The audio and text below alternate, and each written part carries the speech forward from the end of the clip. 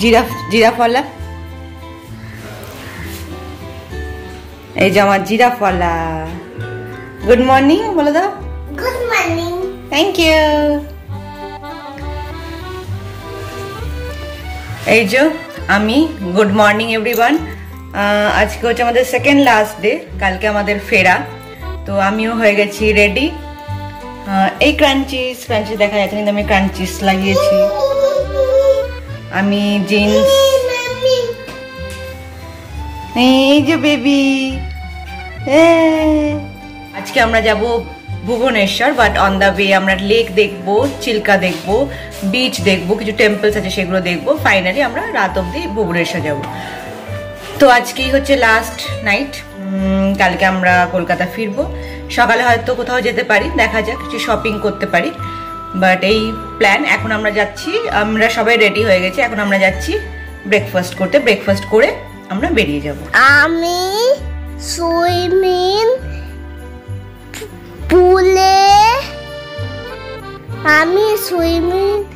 পুলে ডুবে গেছিলাম, দিয়ে লাফ দিয়ে উঠেছিলাম। তখন আমি সুইমিং করছিলাম, আমি উঠতেই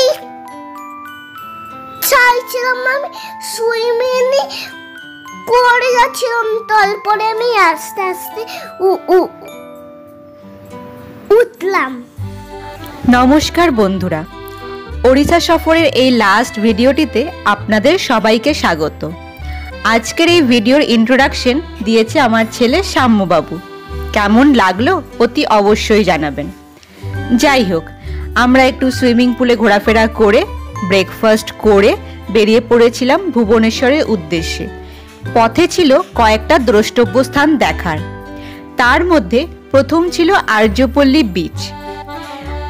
অনেক অন্যরকম বিচের মধ্যে এটি কেন অসাধারণ, কারণ একটু ভালোভাবে লক্ষ্য করলে দেখা যাবে এই বিচের ওপর চারিদিকে অনেক পাথর রাখা আছে। এই বিচের জল নাকি এতটাই উপর অব্দি চলে আসে, তাই সেই জলকে প্রতিরোধ করার জন্য এখানকার বাসিন্দারা ওই পাথরগুলো দিয়ে রেখেছেন। আর এই সমুদ্র সৈকতের উল্টো দিকে চলছে আদানি পোর্টের কাজ। এই যে পাইপটা দেখছেন আর ওই যে প্রাচীরটা দেখছেন, এর পরের পুরো জায়গাটা আদানিতে। সেখানেই তৈরি হচ্ছে একটি পোর্ট, যেটা ভবিষ্যতে আশা করি আমরা দেখতে পাবো। এই আর্যপল্লী বিচেও আমার ছেলের খুব ইচ্ছে ছিল নেমে একটু জল নিয়ে ঘাঁটাঘাঁটি করবে, কিন্তু সেদিন আমরা তাকে আর অ্যালাউ করতে পারিনি, কারণ তারা ছিল ভুবনেশ্বর ফেরার। যাই হোক, তাকে খানিক মানিয়ে খানিক ছবি আর ভিডিও তুলে আমরা চলে গেছিলাম পরের দ্রষ্টব্য স্থানটিতে, যেটি হলো একটি লেক, নাম তামারা লেক, তামপাড়া লেক আর সেই তামপাড়া পার্ক। এখানে আপনি বোটিং করতে পারবেন। বোটিং এবং পার্কের টিকিট আলাদা আলাদাভাবে নিতে হবে। কিন্তু এই দিন যেহেতু আমাদের চিল্কা যাওয়ারও কথা ছিল এবং চিল্কাতে বোটিং করব এই ভেবে আমরা এই লেকটিতে আর বোটিং করিনি, শুধু পার্কের টিকিটই নিয়েছিলাম। তো এই হচ্ছে সেই তামপাড়া লেক, বেশ বড় লেক, পিছন দিকে পাহাড় আর সামনে দিকে সুন্দর স্বচ্ছ জল। আর এই যে দেখছেন, এটা হচ্ছে তার সামনের পার্ক। পার্কটা মোটামুটি পুরো লেকের গা দিয়ে বানানো, একদম লম্বা একটি পার্ক, এবং পার্কের শেষ মাথায় রয়েছে একটু রেস্টুরেন্ট। আমরা সেই দিন আর সেই রেস্টুরেন্টটিতে যাইনি, মোটামুটি পার্কের সামনেটায় ঘুরে আমরা চলে এসেছিলাম আমাদের গাড়ির কাছে। আর 5টা পার্কের মতো এখানেও বসার জায়গা, কিডস প্লে জোন এইসব তো আছেই, কিন্তু এই পার্কটিকে যা অন্যদের থেকে আলাদা, একটু অন্যরকম অসাধারণ করে তোলে তা হচ্ছে এই লেকের গা দিয়ে এই পার্কটি। লেকের উল্টো দিকে পাহাড়, সামনে স্বচ্ছ জল, আর তারপরে এই পার্ক। এই পার্কে আমরা বেশ কিছুক্ষণ সময় কাটানোর পর চলে গেছিলাম আমাদের পরের গন্তব্য, যেটা হচ্ছে তারাতারিণী মন্দির। আর যাওয়ার আগে দেখুন আমার ছেলে কি সুন্দর ছবি তুলে যাচ্ছে মাছের সাথে, এলিফ্যান্টের সাথে। এই দেখুন, কথা বলতে বলতে আমরা চলে এসেছি তারাতারিণী মন্দির। তারাতারিণী মন্দির হলো সতী মায়ের 51 পীঠের একটি পীঠ। এখানে সতী মায়ের বক্ষ পিঞ্জর পড়েছিল। আগে এখানে আপনাকে যেতে হতো ট্রেকিং করে বা সিঁড়ি ভেঙে। এখন সব মানুষের সুবিধার জন্য দুটি রাস্তা বের করা হয়েছে। সিঁড়ি তো আছেই, এছাড়া বাস আপনাকে পাহাড় কেটে কেটে পিছন দিকে মন্দিরের নিয়ে যাবে, অথবা আরেকটা সুন্দর ব্যাপার হলো আপনি এখানে যেতে পারেন রোপওয়েতে করে। রোপওয়ে রাইড আমার চিরদিনই খুব পছন্দের, আর এখানে হঠাৎ করে এটি পেয়ে যাওয়াতে আমরা বেশ আনন্দ পেয়েছিলাম। আমরা বলতে আমরা কয়েকজন, কারণ আমার সাম্যবাবুর বাবা মানে আমার বর মশাই রোপওয়েটা একেবারেই পছন্দ করেন না, একটু ভয়েই পান। কিন্তু এখানে আর সেরকম কিছু উনি বলেননি, তো মোটামুটি আমাদের রোপওয়ে রাইডটা ভালোই ছিল। আর সব থেকে যে এনজয় করেছে সে হচ্ছে আমার এই ছোট্ট ছেলেটা সাম্যবাবু, সে একটুও ভয় পায়নি। এখানে দেখুন আমরা রোপওয়েতে চেপে পড়েছি এবং অসাধারণ এই পাহাড়ের উপর দিয়ে আমরা চলেছি তারাতারিণী মন্দিরের দিকে। পাহাড়ের ওপর সুন্দর একটি মন্দির এবং ভীষণভাবে মেনটেন্ড, সেটা না বললেই নয়। আর রোপওয়ে পাথের এই নিচে দিয়ে যে রাস্তাটি চলেছে এটাই ছিল আগেকার ট্রেকিংয়ের রাস্তা। এই রাস্তা দিয়ে আপনি এখনও ট্রেক করে যেতে পারেন। রাস্তা এমন কিছু কঠিন নয়, একটু উঁচু খাড়াই পাহাড় আছে, বাট সেটাকে আপনি করতে পারবেন। কিন্তু সেই ইচ্ছা বা শক্তি এই মুহূর্তে আমাদের কারোরই ছিল না, আর রোপওয়ে চাপার ইচ্ছা সবারই আমাদের ছিল, তাই আমরা রোপওয়েটাকেই বেছে নিয়েছিলাম। এই দেখুন উপরে রোপওয়ে থেকে পিছন দিকটা কি সুন্দর লাগছে, ছোট ছোট বাড়িগুলো, আর পিছনে রয়েছে একটি নদী। এই নদীটি হলো সেই ঋষিকুল্যা নদী, যার সাথে আমাদের দেখা হয়েছিল দারিংবাড়িতে। তো এই রোপওয়ে থেকে এই ভিউটা অসাধারণ ছিল। ছোট ছোট বাড়ি, ধানি জমি, মাঠ, আর পিছন দিয়ে তীর তীর করে বয়ে চলেছে ঋষিকুল্যা নদী। আর উপর দিয়ে আমরা কয়েকজন চলেছি রোপওয়েতে। সবার মুখেই হাসি, এক্সেপ্ট আমার বরমশাই, তার বোধহয় একটু একটু ভয় হচ্ছিল। যাই হোক, এই দেখুন বলতে বলতে আমরা প্রায় পৌঁছে গেছি ওই মন্দিরের কাছে। এই মন্দিরের এন্ট্রান্স রাস্তা, সামনে মোটামুটি আপনাকে জুতো রেখে একটুখানি হেঁটে পৌঁছতে হবে মেন মন্দিরে। ভীষণ ভালো লেগেছিল, আর এই উঁচুতে হওয়ার জন্য মনে হচ্ছে ঠিক যেন পাহাড়ের কোলে এই মন্দিরটিকে বসানো। ওই দেখুন, ওই হলো আসল মন্দির, তারাতারিণী, মানে এটা হচ্ছে তারা মায়ের মন্দির।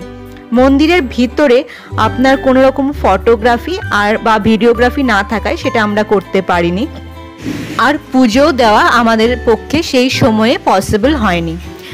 শুধু আমরা একটু প্রণামী দিয়ে ঠাকুরের আশীর্বাদ নিয়ে সেই মন্দির থেকে বেরিয়ে এসেছিলাম।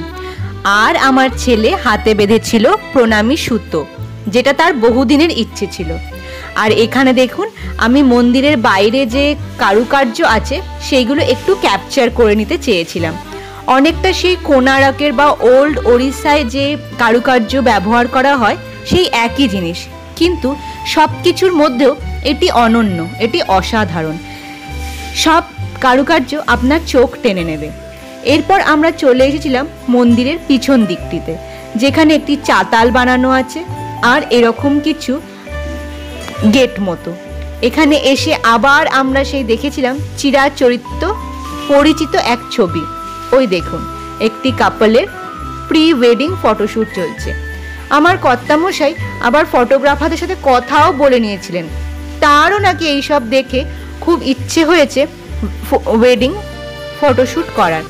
আমি বললাম, কিন্তু আমাদের এই খুদেটিকে নিয়ে প্রি ওয়েডিং তো আর হবে না, পোস্ট ওয়েডিং ফটোশ্যুট হতে পারে। আর ক্যামেরাম্যানদের কথা মতো প্রি ওয়েডিংয়ে যে ইমোশন আসে সেটা নাকি পোস্ট ওয়েডিংয়েও আসে না। দেখা যাক, ভবিষ্যতে যদি কোনোদিন সেই ফটোশ্যুট করি আপনাদেরকে নিশ্চয়ই তার সাক্ষী করব। আচ্ছা, হয়ে গেছে আমাদের মন্দির দর্শন। এবার আমরা ফিরে চলেছিলাম আমাদের গাড়ির কাছে, আবার সেই রোপওয়ে করে যাওয়া। শুনেছিলাম এই রোপওয়েতে নাকি খুব ভিড় হয় এবং রোপওয়েতে যেতে আসতে প্রচুর সময় লেগে যায়, কিন্তু তারাতারিণী মায়ের কৃপাই বলুন আর আমাদের লাকি বলুন, আমরা খুব সহজে রোপওয়েতে চলে গেছিলাম এবং চলে এসেছিলাম মিনিমাম সময়ে। কোনো রকম ভিড় আমরা পাইনি। এবার গাড়ি করে আমরা চলে গেছিলাম আমাদের পরের গন্তব্য, যেটা হচ্ছে চিল্কা। চিল্কা হ্রদ আমার যাওয়া এই প্রথম। পুরী, ভুবনেশ্বর বহুবার গেলেও চিল্কা আমি কোনোদিনই যাইনি। প্রতিবারই যেন কোনো না কোনো কারণে সেটা বাদ থেকে যায়।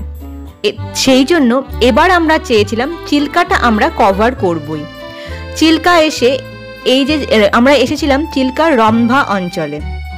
রম্ভাতে যে ওড়িশা গভর্নমেন্টের যে হোটেল আছে পান্থনিবাস, সেইখান থেকে একটি ট্যুর অর্গানাইজ করা হয়, যেটা বোটে করে আপনাকে 1 ঘন্টার জন্য চিল্কা হ্রদে কিছু আইল্যান্ড দেখাবে এবং ঘোরাবে। প্রথমে আমরা ওই পান্থনিবাসে ট্যুরটির টিকিট কেটে খাবারের অর্ডার দিয়ে দিয়েছিলাম। তারপর আমরা চলে গেছিলাম চিল্কার বোটিং সেন্টারে, যেখানে আমাদের জন্য অপেক্ষা করছিল একটি বোট।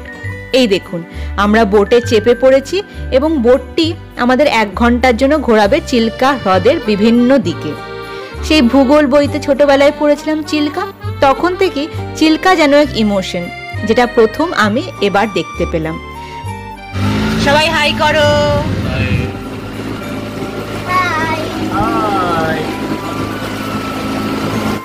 তো কিছুক্ষণ চিল্কাতে ঘোরার পর বোটটি প্রথম আমাদের নিয়ে গেল যে আইল্যান্ডে, সেটির নাম ব্রেকফাস্ট আইল্যান্ড। এটি কিন্তু নামেই আইল্যান্ড, আসলে জলের ওপর একটি বাড়ি বানানো আছে। আর এই দেখুন, আমি যে হাত দিয়ে দেখাচ্ছিলাম ওটা হচ্ছে বার্ড আইল্যান্ড। ওই বার্ড আইল্যান্ডের কাছে অবধি আমরা যাইনি, তবে শীতকালে নাকি ওখানে বিভিন্ন ধরনের পাখিরা আসে। এই দেখুন, এই হচ্ছে ব্রেকফাস্ট আইল্যান্ডের সেই বাড়িটা, যেখানে ওড়িশা রাজামশাই নাকি সকালের প্রাতরাশ করতে এই আইল্যান্ডে আসতেন, প্রাতরাশ করে আবার ফিরে যেতেন। রাজামশাইয়ের ব্যাপারই আলাদা। তারপরে আমরা দেখে নিলাম ঘণ্টশিলা আইল্যান্ড। এখানে নাকি শিব ঠাকুরের একটি মন্দির আছে ওই শিলাগুলির মধ্যেই, মানে ওই পাথরগুলির মধ্যেই। জল বেড়ে গেলেও ওই ঘণ্টশিলার মন্দিরটি নাকি কোনোদিনই ডোবে না, এমনই নাকি ওই শিব ঠাকুরের মহিমা। এরপর যেটি আমাদের ট্যুরের অন্তর্গত ছিল না, ড্রাইভারকে একটু এক্সট্রা পয়সা দিয়ে আমরা চলে গেছিলাম ওখানকার সবথেকে সুন্দর আইল্যান্ড একটু দূরে, যেটার নাম হচ্ছে হানিমুন আইল্যান্ড। এখানে পাহাড়টি লাভ শেপের বানানো আছে, আর সামনে সুন্দর গাছগাছালি দিয়ে একটা সবুজ বনানীর মতো সৃষ্টি হয়েছে। এখানকার জলের রঙও তেমনি সবুজ স্বচ্ছ, যেন পান্না দিয়ে বানানো। সেই আইল্যান্ড দেখে আমরা এগিয়ে গেছিলাম পরের আইল্যান্ড দেখার জন্য। সেই পরের আইল্যান্ড কি দেখেছিলাম নামটা এই মুহূর্তে ঠিক মনে করতে পারছি না। যাই হোক, সেসব দেখে আমরা চলে গেছিলাম আমাদের পান্থনিবাসে লাঞ্চ করার জন্য। আর এইখানে দেখুন একটি যেন ম্যাজিক, চারিদিকে জল আর তার চারিপাশে পাহাড়, কোথাও যেন কোনো মাটি বা পোর্ট নেই যেখানে গিয়ে আমরা নামবো। মনে হচ্ছিল চিল্কার এই বিশাল হ্রদটিতে আমরা হারিয়ে গেছি। এই হয়ে গেল আমাদের চিল্কা ভ্রমণ। এরপর আমরা পান্থনিবাসে এসে ভাত ডাল আর সামুদ্রিক মাছ, পার্শে না পড়শে এরম কিছু একটা মাছ খেয়ে আমরা বেরিয়ে পড়েছিলাম ভুবনেশ্বরের উদ্দেশ্যে। মাঝে আরেকবার আমরা দাঁড়িয়েছিলাম একটা ভিউ পয়েন্ট দেখতে। সেই ভিউ পয়েন্ট থেকে চিল্কাকে নাকি অসাধারণ দেখতে লাগে। তো লাস্ট টাইম আমরা চিল্কাকে দেখে নিয়েছিলাম। এই হচ্ছে সেই ভিউ পয়েন্ট। তো গুড মর্নিং এভরিওয়ান। তো এখন হয়ে গেছে নেক্সট ডে, মানে আজকে হচ্ছে ফ্রাইডে। আজকে আমরা ফিরে যাব। ট্রেন ছিল আমাদের সেকেন্ড হাফে, মানে 2:30 এরকম ভুবনেশ্বর স্টেশন থেকে হাওড়া। বাট আমাদের সকালে প্ল্যান ছিল নন্দনকানন যাওয়ার, ওখানে সাফারি করার, মানে টাইগার সাফারি, লায়ন সাফারি, মানে অনেক রকম আছে। তো কিছু কিছু করার আমাদের প্ল্যান ছিল। বাট দ্য ফ্যাক্ট ইজ আমরা যেতে পারিনি, কারণ ফার্স্ট অফ অল আমরা সবাই টায়ার্ড, আর এর একটু পেটু ব্যথা হচ্ছে। মামা যাবি লায়ন দেখতে? কেন? লায়ন টাইগার গুলো যে দেখা হলো না,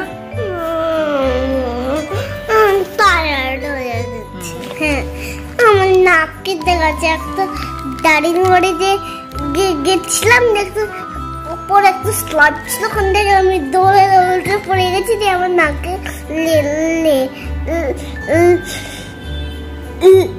লেগেছে। এই হয়ে গেল আমাদের Odisha Daringbadi Gopalpur Bhubaneswar trip. Last time ভুবনেশ্বরের হোটেলটিকে একবার টাটা বাই বাই করে আমরা চলে এসেছিলাম স্টেশনে। টিকিট কাটা ছিল বন্দে ভারতে। বন্দে ভারতে আসাটাও আর একটা এক্সপিরিয়েন্স, খুব ভালো লেগেছে, ভীষণ ভালো ট্রেন। এই যে ট্রেন আমাদের এসে গেছে, আমরা উঠে গেছি প্ল্যাটফর্মে, আর ওই যে দেখুন আমরা চলেছি আমাদের সিটের দিকে। এবার আমার এই খুদেটির জন্য এটি সিটের বুকিং আমরা করেছিলাম, সেই জন্য পুরো সম্মান সে পেয়েছিল। দেখুন ও জানলার ধারে নিজের সিটটিতে পুরো বসে পড়েছে এবং জানলা দিয়ে ভিউ দেখছে। তার কি হাব ভাব, এ দেখুন তাকে আবার আইসক্রিমও দিয়ে গেছে, সে মনের আনন্দে আইসক্রিম খাচ্ছে। আইসক্রিম পেলে কোনো দিকে তার আর মন থাকে না, কোথায় কি চলছে চলুক গে, আমি আর আমার আইসক্রিম। ভুবনেশ্বর স্টেশন থেকে ট্রেন বেরিয়ে গেছে, আমরা এখন পার হচ্ছিলাম মহানদী। মহানদীকে টাটা বাই বাই বলছিলাম, আর বলছিলাম আবার খুব তাড়াতাড়ি যেন ট্রিপ করতে এখানে আসতে পারি। নন্দনকাননটা বাকি থেকে গেল যে, সেখানে বাঘ সিংহতে তো দেখতে হবে। তাহলে এই ভিডিও এই পর্যন্ত, বাই বাই।